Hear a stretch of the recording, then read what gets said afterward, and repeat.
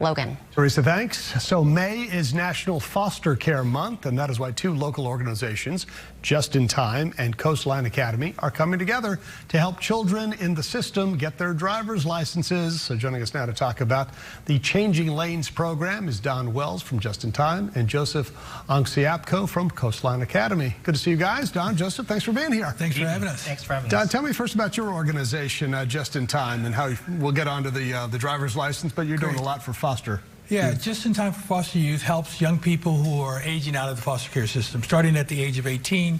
And if your viewers think about their own children at 18, could they go out into the world on their own without any more help from the parents in order to make their lives work? You know, you're learning how to get an apartment and get a job, finish college, all those things. And if you're doing that without support, it would be very, very difficult, if not impossible. And so what we do is we provide resources that will help do that. But the biggest thing we do is provide a community of support. Okay. Joseph, how about Coastline? Coastline Academy is the largest driving school in the United States. Okay. We've had about 250,000 students across 500 cities.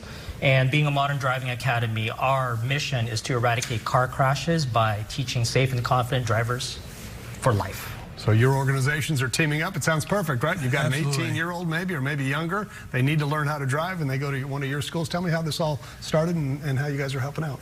Well, we've always looked for ways to partner with people because we know what we do well, which is create community.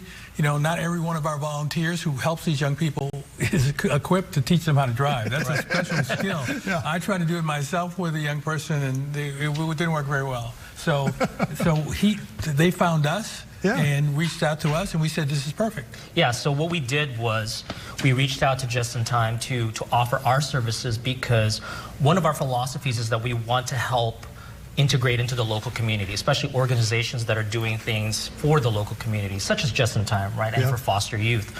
So we provide them with the online driver courses as well as the behind-the-wheel lessons so that their students can learn how to drive. What are some of the biggest challenges you see young people going through trying to get their driver's license and just drive safely? Sure. So I think everybody seems to forget that, especially here in Southern California, we are a driving culture here. Everyone needs to drive somewhere. So it opens up opportunities. It opens up opportunities for education, to be able to go to school, also for jobs as well. So you need transportation, reliable transportation, and to be able to get there on your time. So that's why driving is a very big challenge for people to have to get the skills to be able to get their license. I'm talking to a lot of friends, and they have kids, you know, that are of age to drive, and they don't want to drive. They don't have driver's license. They're not interested.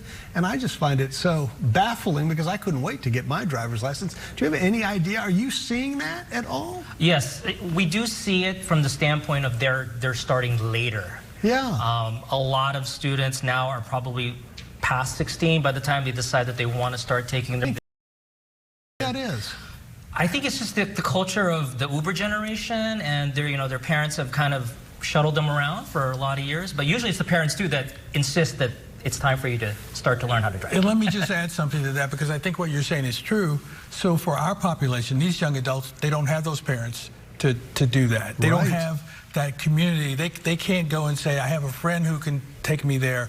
So they're operating on their own to some degree. So if they're going to school and they also need to work so they can afford their apartment, they can't just take Ubers every place because it just doesn't work. They need to have transportation that allows them to get a job where they need to get that job and to not have to spend their resources on Ubers every day, multiple times a day to get places. Taking the bus, I couldn't take the bus to work. I live too far. I'd have to get on 3 or 4 of them. It'd take me 3 hours just to get And there. if you're a young woman and you're working late and you get off at night, or you're going to take the bus and get...